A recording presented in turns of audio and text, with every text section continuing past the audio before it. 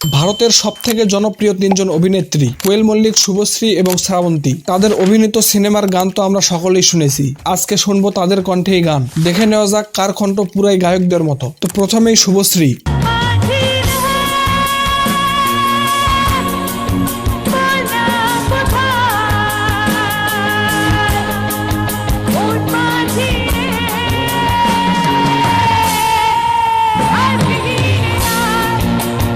কোয়েল মল্লিক।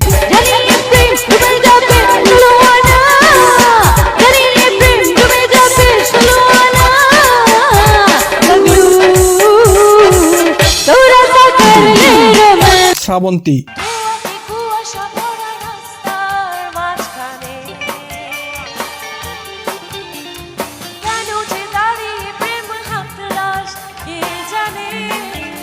আপনাদের কার গান ভালো লাগলো কমেন্টে জানাবেন।